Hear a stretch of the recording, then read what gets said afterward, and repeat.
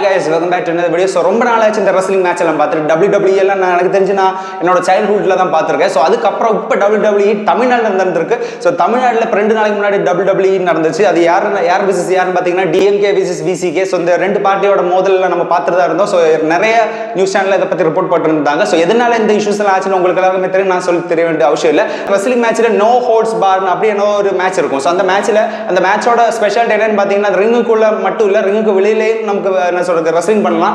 So நமக்கு அடிச்சு தம்சம் பண்ணலாம் சொல்லலாம். ஸோ அது நமக்கு இந்த கட்டை யூஸ் பண்ணலாம், இந்த என்ன சொல்றது ஸ்டிக்கெல்லாம் வச்சிருப்பாங்க, ஸ்டிக் யூஸ் பண்ணலாம். WWE பார்க்குறவங்களுக்கு தெரிஞ்சிருக்கும். இந்த கேன் யூஸ் பண்ணலாம், டெஸ்க் யூஸ் பண்ணலாம், பெஞ்ச் யூஸ் பண்ணலாம், இது பண்ணி சேர் யூஸ் பண்ணலாம். ஸோ இதே மாதிரி நிறைய ரூல்ஸே இல்லாமல் நம்ம என்ன சொல்றது சண்டை செய்யலாம். ஸோ அந்த மேட்ச் தான் இப்போ ரெஸ்லிங்கில் போயிட்டு இருந்துச்சு. ஸோ அதே மாதிரி மேட்ச் தான் நேற்றுக்கு எனக்கு 2 நாள் முன்னாடி பார்த்தோம்.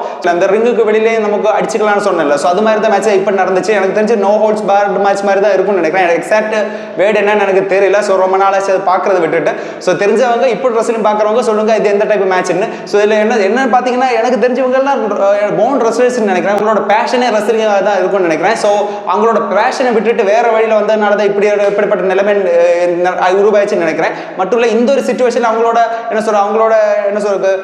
திறமையை வெளிக்காமிச்சிருக்காங்கன்னு நம்ம அந்த வீடியோ பார்க்க தெரிஞ்சுக்கலாம். ஸோ ஒரு சைடில் பார்த்தா ஒரு ஆள் க்ளோத்ஸ் லைன் போட்டுருக்காங்க, வேற சைடில் பார்த்தா ஃப்ராக் ஸ்பிளாஷ் பண்ணிட்டு இருக்காரு. இந்த எனக்கு தெரிஞ்ச RVDல பண்ணுவார்ல ஃப்ராக் ஸ்பிளாஷ், அதான் இந்த ஒரு கார் மேலே ஏறி ஒரு ஆள் குதிக்கிற ஃப்ராக் ஸ்பிளாஷ் எல்லாம் பண்ணிட்டு இருந்தார். எனக்கு தெரிஞ்சு அந்த அண்ணன் இப்போ எனக்கு தெரிஞ்சு குளுக்கோஸ் ஏற்றிட்டு இருப்பாருன்னு தான் நினைக்கிறேன். என்னன்னா அந்த உறும்பு இருக்குல்ல, உறும்புனா எறும்பு, ஆண்ட் ஸோ இந்த ஒரு சுகர் போட்டோன்னா ஆண்ட் வந்து முக்கியம் இல்லை. ஸோ அது மாதிரி தான் இந்த ஆள் என்ன சொல்றது மாஸ்க் காட்டுறது வேண்டிட்டு இந்த கார் மேல இருந்து ஏறி ஃப்ராக் ஸ்பிளாஷ் ட்ரை பண்றாரு. ஸோ ஏறி விழுந்தது போலீஸ்காரங்க நடுக்கல, அவங்க கும்மு எடுத்திருப்பாங்கன்னு நினைக்கிறேன். எனக்கு தெரிஞ்சு அந்த அண்ணன் இப்போ குளுக்கோஸ் ஏற்றிட்டு இருப்பாருன்னு நினைக்கிறேன். குளுக்கோஸ் ஆட்டுக்கால் சூப்பெல்லாம் வாங்கி குடிச்சு உடம்ப தேத்த வேண்டியதான். ஸோ அதுக்கு மட்டும் இல்லை 2-3 ஊமை குத்தி விட்டுருக்காங்கன்னு நினைக்கிறேன். எனக்கு தெரிஞ்சு ரொம்பவே அந்த டயர்ட்ல இருந்து மீண்டு வர ரொம்பவே இது டைம் எடுக்கும்னு நினைக்கிறேன். ஸோ நீங்க ஆட்டுக்கால் சூப்பும் சீமான் சார் சொல்ற மாதிரி 1/2 கிலோ மாட்டுக்கறியா என்ன சொல்றது இந்த ஆட்டுக்கறியை ஏதாச்சும் வாங்கி சாப்பிட்டு உடம்ப தேத்தி அடுத்த ரவுண்டுக்கு வர வேண்டியதான். ஸோ இதுதான் இப்போ நடந்துட்டு இருக்கு.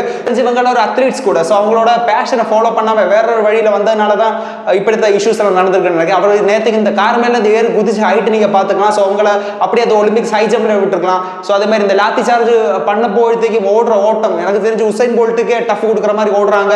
ஸோ இவங்கெல்லாம் அந்த என்ன சொல்ற நேஷனல் லெவல் அத்லீட்ஸ் தான். ஸோ இவங்களெல்லாம் வாஷ் பண்ணிட்டு எனக்கு தெரிஞ்சு நல்ல ஆளுகள், நல்ல கோச்சல் இவங்கள ட்ரெயின் பண்ணி நேஷனல் லெவலுக்கே கொண்டு போயிடலாம். ஸோ அவ்வளோ மாதிரி நல்ல திறமையான ஆளுகள் இருக்காங்க. ரெஸ்லிங் பண்ண ஆள் இருக்காங்க, ஹை ஜம்ப் பண்ற ஆள் இருக்காங்க, 100 மீட்டர் ரேஸ் பண்ற ஆள் இருக்காங்க. ஸோ மேரத்தான் ஓடுற ஆள் இருக்காங்க. மேரத்தான் எனக்கு தெரிஞ்சு 3-4 கிலோமீட்டர் சுத்தி ஓடிட்டு இருப்பாங்கல்ல. ஸோ அதனால தான் மேரத்தான் வின்னர். ஸோ அது மாதிரி ஆளுகள் இருக்காங்க. ஸோ இவங்கெல்லாம் ட்ரெயின் பண்ணி நாட்டுக்கு என்ன சொல்றது நன்மைக்கு சேர்க்கறது மாதிரி, நாட்டுக்கு பெருமை சேர்க்கிற மாதிரி ஏதாச்சும் ஒரு இதுல கொண்டு விடுங்க. அது இந்த ஃபைட்ல எனக்கு கேட்க வேண்டிய விஷயம் என்னன்னு பாத்தீங்கன்னா, நார்மலி இந்த விசிகே அது மாதிரி காங்கிரஸ் அது மாதிரி CPM எல்லாம் விஜய்க்கு ஆதரவு அளிச்சிருந்தாங்க. ஸோ நார்மலி எனக்கு தெரிஞ்சு ஒரு ஒன் மேன் ஷோவா பெரிய மெஜாரிட்டி சீட்ஸ் விஜய் சார் இந்த இதுல நேடி எடுத்திருந்தாரு. ஸோ இதுல கொஞ்சம் சீட்டு தான் எனக்கு தெரிஞ்ச ஒரு 8-10 சீட்டு தான், அந்த வித்தியாசம் தான் இருந்துச்சு. ஸோ அந்த சீட்டு தான் இவங்களுக்கு என்ன சொல்ற அலையன்ஸ் வச்சு அவருக்கு இப்போ லெவலில் கவர்மெண்ட் நடத்திட்டு இருக்காரு. ஸோ இதுல முக்கியமான விஷயம் என்னன்னு பாத்தீங்கன்னா விசிகேங்கிறது அவங்களும் ஒன் ஆஃப் த அலையன்ஸ் தான். ஸோ அவங்க அலையன்ஸ் ஃபார்ம் பண்ண போவே அவங்களுக்கு கேட்ட ரெக்யர்மெண்ட் அவர் கொடுத்துருக்காரு. ஸோ அவர் மந்திரி சபையில் ஒரு அமைச்சர் பகுதியெல்லாம் கொடுத்துருந்தாரு. ஸோ இது டிஎம்கேல இவங்க கொடுக்கணும் கேட்டிங்கன்னா அவங்க கொடுக்கல. ஸோ அதுலேருந்து தான் இந்த இஷ்யூ ஸ்டார்ட் ஆயிருச்சு. எனக்கு தெரிஞ்சு டிஎம்கே இப்போ காங்கிரஸ் இவங்கரையும் பகிச்சுக்கிட்டு தான் இருக்காங்க. ஸோ இவ்வளோ வருஷம் உங்ககிட்ட அலையன்ஸ் வச்சிருந்தவங்க புதுசாக ஒரு ஆப்பர்ச்சுனிட்டி வரும்போது அவங்க எடுத்துட்டு போறதுல தப்பில்லைன்னு தான் எனக்கு தெரியுது. எனக்கு தெரிஞ்சு நீங்க அது கொடுத்துருந்தா, நீங்க அவங்களுக்கு வேண்ட ஆப்பர்ச்சுனிட்டி கொடுத்துருந்தா ஒபியஸ்லி உங்க கூட தான் நிற்க போறாங்க. நீங்க ஆப்பர்ச்சுனிட்டி கொடுக்கல. ஸோ அதனால அவங்களுக்கு பெட்டர் ஆப்பர்ச்சுனிட்டி வந்து அவங்க ஜம்ப் பண்ணி போயிடுவாங்க. ஸோ இதுல என்ன விஷயம் இருக்கு, ஆப்பர்ச்சுனிட்டி வந்தா இப்போ நம்ம எல்லாம் வேலை பார்க்குற இடத்துல வேற ஆப்பர்ச்சுனிட்டி வந்தா நமக்கு ஆப்பர்ச்சுனிட்டி எங்க கிடைக்குது, நம்மளோட லைஃபுக்கு நமக்கு என்ன சொல்றது ஒரு குட் லைஃப் கிடைக்குதுன்னா எங்க போவோம். நம்ம அதே மாதிரி தான் நம்ம ஸ்விட்ச் பண்ணி போயிட்டு இருப்போம். நம்மளோட அப்பழுத்த சிச்சுவேஷன் பார்த்து நம்ம ஸ்விட்ச் பண்ணி போயிட்டு இருப்போம் ஜாப். அது மாதிரி தான் இதுவும் அவங்களுக்கு பெட்டர் ஆப்பர்ச்சுனிட்டி கிடைச்சு உங்ககிட்ட இவ்வளவு இருந்துட்டு நீங்க கொடுக்கவே இல்லை. இவ்வளவு நாள் அவங்கள ஒரு மந்திரி சபாவும் கொடுக்கல, இது அவங்களுக்கு இப்போ ஆப்பர்ச்சுனிட்டி கிடைச்சிச்சு. ஸோ அவங்க ஜம்ப் பண்ணி போயிட்டாங்க. அதுல என்ன வித்தியாசம் இருக்கு? அதுக்கு இந்த வன்முறை எல்லாம் என்ன சொல்றதுக்கு படத்தை விடணும்னு எனக்கு தெரியல.